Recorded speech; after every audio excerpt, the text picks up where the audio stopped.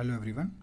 तो हम लोग संक्षिप्त बुद्ध चरित्र को कंटिन्यू करते हुए आगे बढ़ते हैं। तो आज हम लोग पढ़ेंगे अध्याय 1, आरंभिक जीवन, है ना। गौतम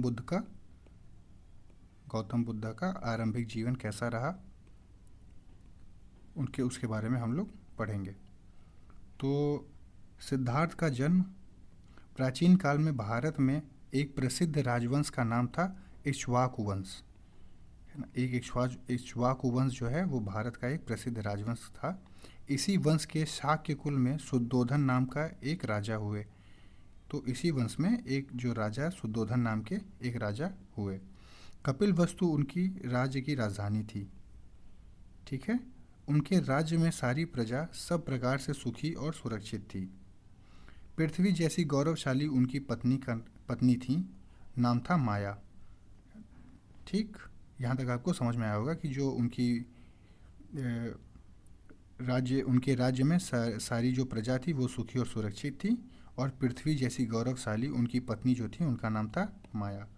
एक रात महारानी माया को एक विचित्र स्वप्न देखा। उन्होंने देखा जैसे चंद्रमा बादलों में चुपचाप प्रवेश करता है, वैसे ही एक सफ़ेद हाथी उनके शरीर में प्रवेश कर गया है ना। तो महारानी माया ने एक दिन एक सपना देखा कि जैसे चंद्रमा होता है एक, वो धीरे से बादलों के उसमें छुप जाता है, वैसे ही एक सफ़ेद हाथी उनके शरीर में प्रवेश कर गया है। इससे उन्हें न किसी प्रकार का भय हुआ और न कष्ट हुआ, है ना। इससे वो जो माया थी उनको ना कोई डर हुआ और ना ही कोई तकलीफ हुई। उन्हें सुखद अनुभूति हुई कि उन्होंने गर्भ धारण कर लिया है।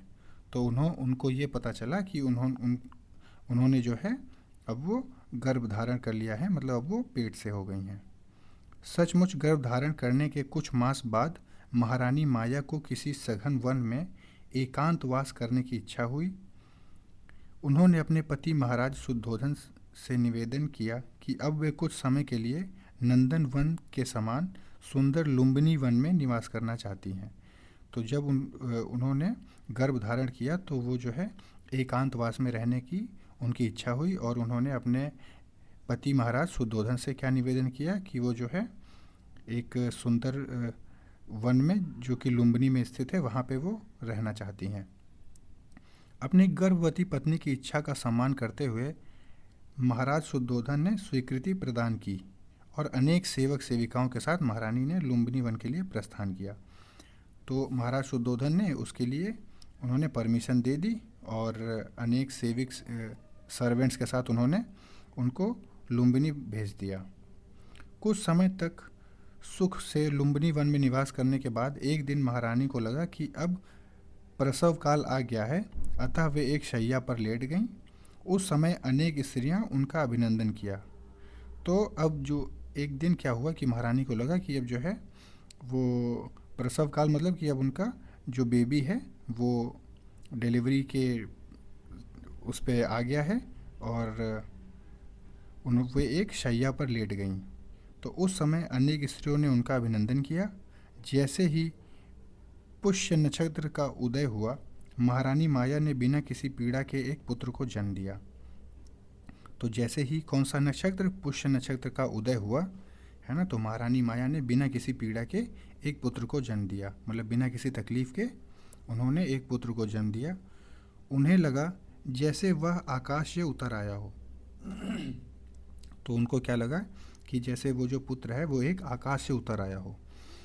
उसका अंतःकरण पवित्र था, उसके शरीर से तेज निकल रहा था, जिससे सभी दिशाएं प्रकाशित हो गईं।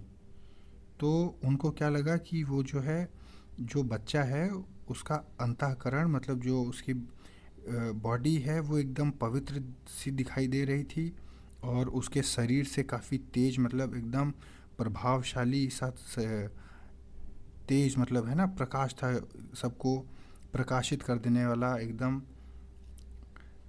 काफ़ी एक्साइटेड कह लीजिए, या काफ़ी जैसे होता नहीं कि शाइनिंग फेस है एकदम, आप ऐसा समझिए कि एकदम शाइनिंग फेस उनको दिखा, जिससे सभी दिशाएं प्रकाशित हो गईं। सूर्य के समान तेजस्वी, परंतु देखने में चंद्रमा के समान प्रिय, सूर्य के समान तेजस्वी थे, लेकिन चंद्रमा के समान प्रिय लगने वाले इस बालक के शरीर से प्रकाश निकल रहा था, है ना, जैसे प्रकाश निकल रहा था। अब ये फ़ोटो है, यह फ़ोटो देखिए, जैसे ये महारानी माया है और एक सफ़ेद हाथी जो है, वाइट एलिफेंट, जो है इंटर कर रहा है ना, ये इन्होंने स्वप्न में देखा। और फिर ये जो है लुम्बिनी गई और वहाँ पे इन्होंने भगवान बुद्ध को जो है जन्म दिया। उसी समय आकाश से दो जल धाराएं प्रवाहित हुईं, एक शीतल और दूसरी उष्ण। एक शीतल मतलब एक ठंडी जल हवा, है ना, और एक उष्ण मतलब थोड़ी गर्म हवा प्रवाहित हुई वहाँ से। इनसे इस बालक का अभिषेक हुआ। सोने और चांदी से निर्मित तथा मूंगे मड़ियों से जड़ित शुभ्र सैया पर जब वह बालक विराजमान हुआ तो उसके चारों ओर स्वर्ण कमल हाथों में लेकर यक्षों के राजा खड़े हो गए। आकाश में देवताओं ने उसका अभिनंदन किया और बुद्धत्व प्राप्ति के लिए आशीर्वाद दिए, है ना। तो जब क्या हुआ, जब वो बालक जब आया इस धरती पे तो उनका शीतल, ठंडी और गर्म पानी से उनका अभिषेक हुआ। सोने और चांदी से निर्मित मूंगे मड़ियों से जड़ित शुभ्र सैया पर जब उस बालक को लिटाया गया तो स्वर्ण कमल हाथों में लेकर, स्वर्ण कमल मतलब सोने से जड़े हुए कमल हाथों में लेकर यक्षों के राजा ने उनका अभिनंदन किया, है ना, और उनको बुद्धत्व प्राप्ति के लिए आशीर्वाद दिया। ठीक है, बुद्धत्व प्राप्ति वो हम लोग आगे देखेंगे। बुद्धत्व प्राप्ति क्या होती है, जिसमें भगवान बुद्ध जो है इनलाइटनमेंट ENLIGHTMENT इनलाइटमेंट जब वो प्राप्त करेंगे, है ना, जिसको बोधिसत्व भी कहते हैं। तो चलिए आगे देखते हैं। इस बालक के जन्म के समय आकाश में सुगंधित लाल और नीले कमलों की वर्षा होने लगी। मंद मंद पवन प्रवाहित होने लगी तथा सूर्य और भी अधिक चमकने लगा, है ना। तो धीरे धीरे हवा बहने लगी, सूर्य और भी अधिक चमकने लगा। इस नवजात दिव्य शिशु के दर्शन करने के लिए आए दिव्य पुरुषों से वह वन प्रांतर पूरी तरह भर गया। उन्होंने बालक पर पुष्पों की वर्षा की। इस बालक के जन्म का कुछ ऐसा प्रभाव हुआ कि जो पशु प्रकृति से हिंसक थे वे हिंसा भूल गए, है ना। तो जब ये बालक जब जन्म हुआ उसका, तो जो पशु प्रकृति से हिंसक थे, मतलब जो लड़ाई करते थे, वे हिंसा भूल गए, वे लड़ाई भूल गए। सारे संसार ने अपूर्व शांति का अनुभव किया, है ना। अपूर्व शांति मतलब जो पहले कभी शांति नहीं हुई थी, वो इस बालक के जन्म होने के बाद सारे संसार ने एक शांति का अनुभव किया। विभिन्न पशु पक्षी मधुर स्वर में बोलने लगे, नदियाँ शांतिपूर्ण बहने लगीं, सारी दिशाएं निर्मल हो गईं और निरभ्र आकाश में दुंदुभी बजने लगी। दुंदुभी मतलब जैसे कि एक ड्रम होता है, अ लार्ज लाउड ड्रम, है ना, जिसको आपने देखा होगा कि राजा महाराजा जब एंट्री करते हैं तो वो एक ड्रम बजता है, बाहर खड़े होके कुछ सर्वेंट्स होते हैं वो ड्रम बजाते हैं, तो वही सेम चीज़ ये भी है। दुंदुभी बजने लगी।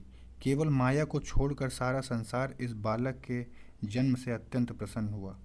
केवल माया को छोड़कर, माया मतलब जैसे माया कौन है यहाँ पे, जो एक होता है इल्यूज़न। अच्छा, इल्यूज़न एक भ्रम, ये जैसे एक माया होता है जो आदमी को कैप्चर किया रहता है, जैसे किसी चीज़ को पाने की इच्छा है ना, मतलब डिज़ायर। तो जो डिज़ायर है उनको सिर्फ वो नहीं खुशता, एक डिज़ायर आप समझिए एक इच्छा होती है, वो माया वो नहीं खुश था, लेकिन बाकी सारी चीज़ें जो हैं वो बहुत खुश थीं। ठीक है, तो अगली चीज़ हम लोग सेकंड में कंटिन्यू करते हैं आगे। इतने के लिए, यहाँ तक के लिए अभी तक रखते हैं, बाकी अगला सेकंड वीडियो में। Thank you.